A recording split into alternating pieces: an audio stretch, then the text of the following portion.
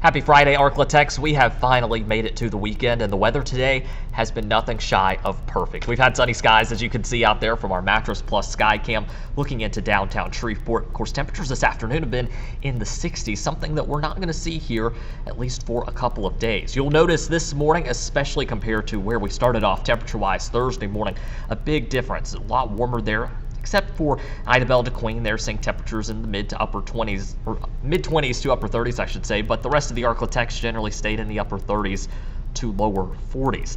Now there's a look at our surface map. You'll notice there that cold front pushing through. That's happening today. So while temperatures tonight for most of the Arklatex will not be at or below freezing, you will notice a huge change by Saturday night into Sunday, and that's when I'm expecting a hard freeze for much of the Arklatex. Here in the Shreveport-Bossier Metro, temperatures will be down into the mid-20s, and that could even be into the mid to upper teens for areas north of I-30. In fact, here's a look at your Sunday morning temperatures.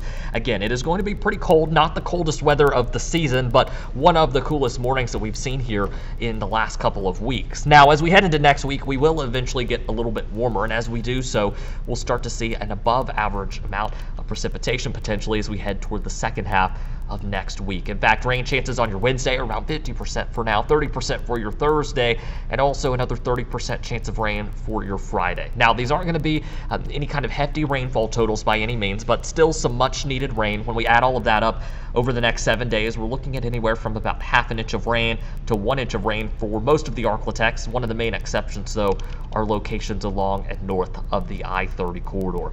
Like I said, we really need this rain. Our drought monitor last week versus this week, there have been some improvements in some areas where the drought conditions have actually gotten worse. You'll notice extreme drought conditions, or level 3 out of 4 on the drought monitor scale, in Red River County in eastern Texas, as well as McCurtain County in Oklahoma. One of the areas of improvement, though, you'll notice along I-20 here, this stretch has gone back to tan, whereas last week it was included in severe level drought conditions, which is a level 2 out of 4 on the drought monitor scale. So some improvements, some spots that have seen drought deteriorate.